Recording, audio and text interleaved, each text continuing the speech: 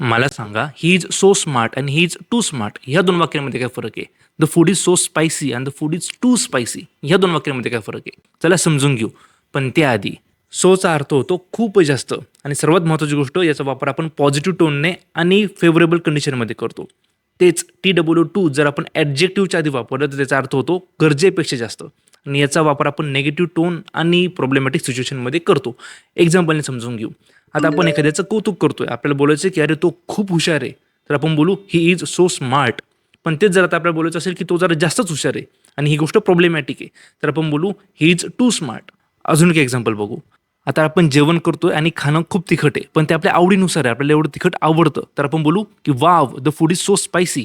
पण तेच जर खाणं आता इतकं तिखट आहे की ते आपण खाऊ नाही शकत, गरजेपेक्षा जास्त तिखट आहे, तर आपण बोलू the food is too spicy.